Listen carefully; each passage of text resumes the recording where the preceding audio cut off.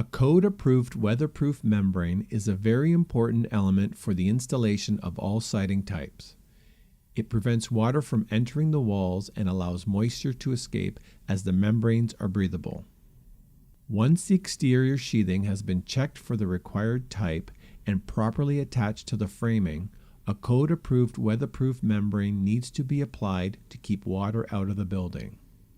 The weatherproof membrane is installed over top of the sheathing and attached with code and manufacturer approved staples or nails. All window, door, and other openings through the weatherproof membrane need to be flashed and sealed with the code and manufacturer approved tape. Refer to most manufacturers' websites for these details on how to flash window, door, and other openings in the wall. Seams need to be overlapped and sealed with code and manufacturer approved tape. Any tears or punctures need to be covered with the tape or patches applied and sealed with the tape. There is a time limit for the exposed weatherproof membrane, generally 6 months, if exposed to weather. Check with the membrane manufacturer and rewrap the building if it has been exposed to weather and UV past the allowed time.